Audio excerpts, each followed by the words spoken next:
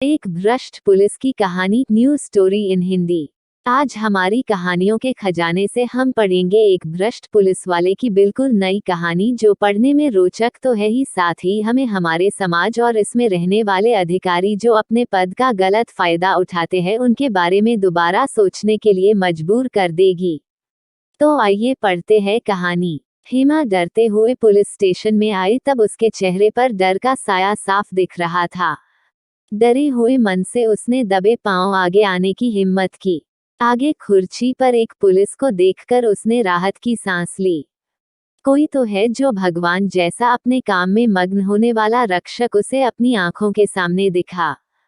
खाकी वर्दी में बैठे इस व्यक्ति को रक्षक जैसे समझने के लिए कारण भी वैसा ही था। माथे पर टीका और गले में तुलसी की माला थी उसके। हमेशा भगवान की पूजा करने वाला यह रक्षक अपने होठ हिलाते हुए भगवान का नाम फुसफुसा रहा था, यह हेमा ने जाना। और उसी क्षण उसने उस रक्षक को आगे आकर नमस्कार किया।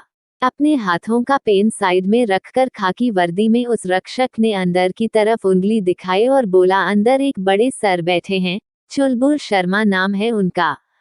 उनसे मिलो आपके पति का केस उनके पास है। इतना बोलकर वह रक्षक अपने काम में मशरूफ हो गए। हेमा धन्यवाद बोलकर अंदर चली गई।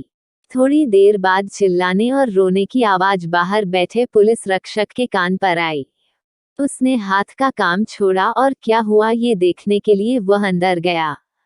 हेमा नीचे बैठकर रो रही थी और चुलबुल सर उस पर जोर से चिल्ला रहे थे, तुम्हारे पति को छुड़वाना है तो पैसों का इंतजाम करो, नहीं तो छोड़ दे उसको यहीं पर।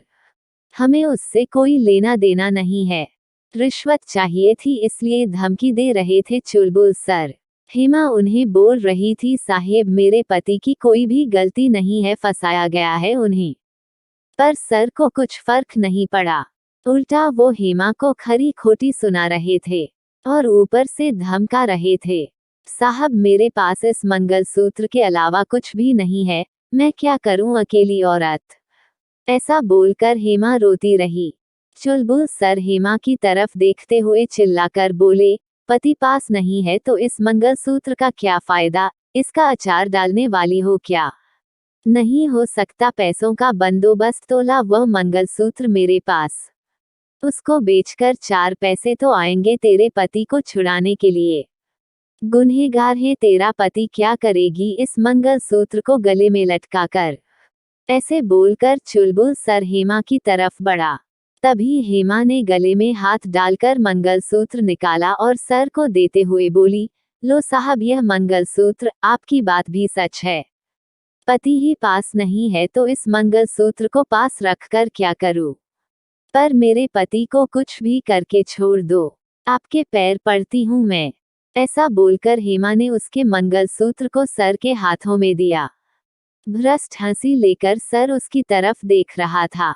उतने में वह खाकी वर्दी वाला रक्षक गुस्से से सामने आया और उसने चुलबुल के हाथों से मंगलसूत्र लेकर हेमा को दे दिया। वो गुस्से से सर की तरफ देखकर चिल्लाया, चुलबुल यह क्या हरकत है तुम्हारी। सुहागन औरत के मंगलसूत्र पर नजर जाए, इतनी बुरी सोच है आपकी। भ्रष्ट काम और भ्रष्ट नजर। आपको नींद कैसे आती है ऐसे बर्ताव करके। उसकी मदद करने के बजाय आप उस गरीब औरत का मानसिक शोषण कर रहे हैं। इसके लिए ही खाकी वर्दी पहनी थी क्या आपने। कहां पर भरोगे यह सब पाप। तभी वह रक्षक हेमा को बोलता है, यह लो आपका मंगलसूत्र और पहन लो, और एक अच्छा वकील ढूंढो और जमानत करवा लो अपने पति की। पैसे नहीं है तो मुझे बोलो, मेरे पहचान से तुम्हें अच्छा वकील बताता हूँ, जमानत पर छूटने पर उसकी फीस मुझे वापस कर देना। ऐसा बोलकर वो रक्षक पांडे की तरफ गुस्से से देखने लगा। वैसे ही पांडे नीचे नजरें झुकाकर वहां से चला गया। हेमा ने उस भले इंसान को धन्यवाद कहकर वकील का पता पूछकर वहां से चली गई। इस वारदात को बहुत दिन हो चुके थे और खाकी वर्दी का वह भला इंसान सेवानिवृत्त होकर 8 महीने हो चुके थे। आज पेंशन लेने के लिए बैंक में लाइन में रक्षक शांत मन से खड़ा था, तभी उनको उतने में जाना पहचाना चेहरा उस बैंक में एक टेबल पर बैठा दिखा। लाइन छोड़कर यह रक्षक वहां गया और देखता है तो क्या चुलबुल सर। चुलबुल का एक हाथ थर थर कांप रहा था, मुंह थोड़ा सा टेढ़ा हुआ था और पैर बहुत थर थर करते हुए दिख रहे थे। क्या हुआ सर, ऐसे कैसे हुआ यह सब? मुझे तो खबर भी नहीं यह सब की। बड़े अपनेपन से उस रक्षक ने पूछताछ की सर से। बाजू में खड़ी सर की पत्नी सामने आई और बोली, नसीब के भोग, दूसरा क्या होगा। 2 महीने हो गए, अब पगार लेने के लिए लाना पड़ता है इनको, कुछ भी बचा नहीं हमारे पास। बहुत इलाज किया, पैसे खर्च किए, लेकिन कुछ फर्क नहीं पड़ा इनको। ऐसा बोलकर उसने अपने आंसू पल्लू से पोंछे। वह रक्षक मन में सर के लिए भगवान से प्रार्थना करके दुखी मन से वहां से चला गया। कर्म और कर्म का मिलने वाला फल, ऊपर वाले का ये सिस्टम शायद ऐसे ही चलता है। धन्यवाद। आपको यह वीडियो कैसी लगी कमेंट करके जरूर बताना।